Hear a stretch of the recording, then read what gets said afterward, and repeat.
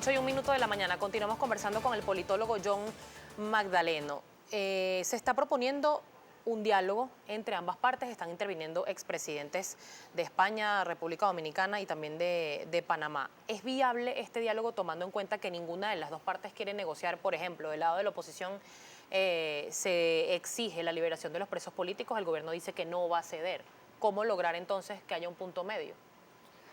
Bueno, para que haya un diálogo tiene que haber una agenda común, que es en efecto, hasta donde yo entiendo, en lo que se está trabajando, en la construcción de una agenda común. Si no hay una agenda común, el diálogo no puede avanzar. Digamos, esta es la precondición para un diálogo, encontrar unos puntos sobre los cuales los interlocutores acuerdan que van a discutir. Esto la literatura le llama comedimientos deliberativos, es decir, por lo menos vamos a poner un acuerdo sobre lo que vamos a discutir, ¿sí?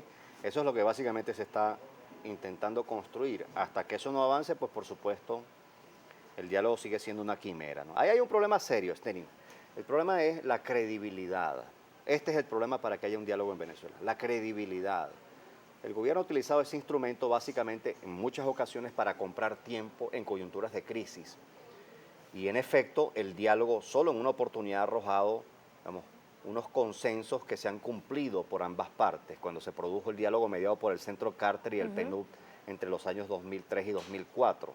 Ahí se acordó incluso la celebración del referéndum revocatorio, ¿sí? Entre otras cosas. Así que el diálogo tiene como precondición y como bloqueador en este momento, creo que dos materias, una muy concreta, procedimental, práctica, la fijación de una agenda común, pero hay un problema grueso que es el de la credibilidad del gobierno en concreto. Ahora bien, hay muchas inquietudes, señor Magdaleno, en nuestra cuenta en Twitter, y le pregunta uno, para tomar uno de los muchos que nos han llegado, y les agradecemos muchísimo su participación, del señor Carlos Cabral. Se pregunta, ¿qué puede hacer la comunidad internacional para que se haga el referéndum este año? Mire, lo que está haciendo hasta la fecha, pero eso no es garantía de que se va a celebrar, para ser franco y objetivo. Es decir, la comunidad internacional puede presionar. Una manera de presionar es bajo la amenaza de, porque en la práctica es así, el argumento es disuasivo, bajo la amenaza de la activación de la Carta Democrática, la opinión pública venezolana puede presionar, los partidos políticos de oposición pueden presionar, creo que la colectividad lo está haciendo espontáneamente en virtud que, digamos, del agravamiento de la crisis económica, digamos, las manifestaciones de malestar social son cada vez más agudas e intensas, y en mi opinión vamos a ver que proliferan a lo largo de todo el país en los meses que siguen por un problema serio de escasez y por la magnitud de la inflación. Es decir, lo que se puede hacer es presionar, pero desde luego eso significa que hay garantía de celebración del referéndum. Bueno, la institucionalidad puede negarse y puede incluso hacerlo conscientemente, es decir, puede hacerlo bajo el costo, asumiendo el costo de que puede ser acusado de, como, crecientemente autoritario, es decir, creo que eso es parte de la contabilidad política del gobierno en la actualidad. Por acá también le pregunta @República Sin Pulso, con la mano en el corazón, se pregunta, ¿la MUD no ha sido pasiva al exigir respeto a la Asamblea y del revocatorio? Mire, es una pregunta, vamos, complicada, pero yo diría lo siguiente, no es una tarea sencilla. Es decir, así como la oposición se ha enfrentado al Estado en cada competencia electoral que ha habido en el pasado, la oposición en el Parlamento se ha enfrentado al resto de los poderes públicos, es decir, al resto del Estado. El Parlamento es un órgano del Estado, no es el único órgano del Estado, es decir, que se enfrenta al resto de los órganos del Estado. Es una disputa seria.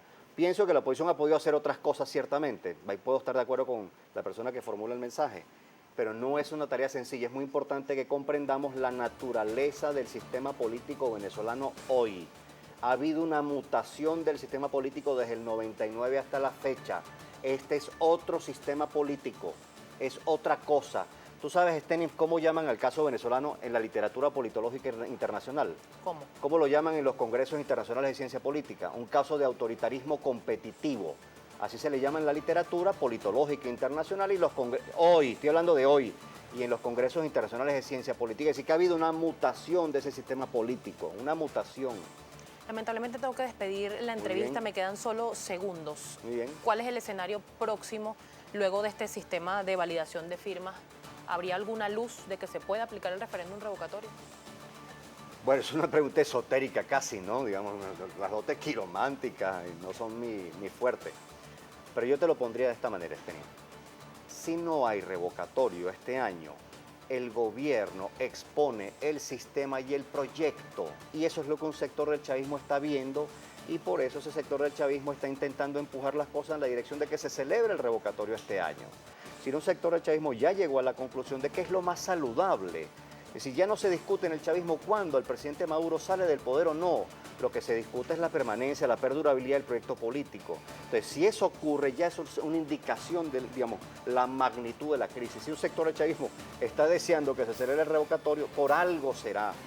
Muchísimas gracias. Un placer. Al politólogo John Magdaleno por acompañarnos acá en Primera Página. Nos vamos a la pausa. Al regreso, Andreina Gandica llega ya con sus deportes de primera. Ya venimos.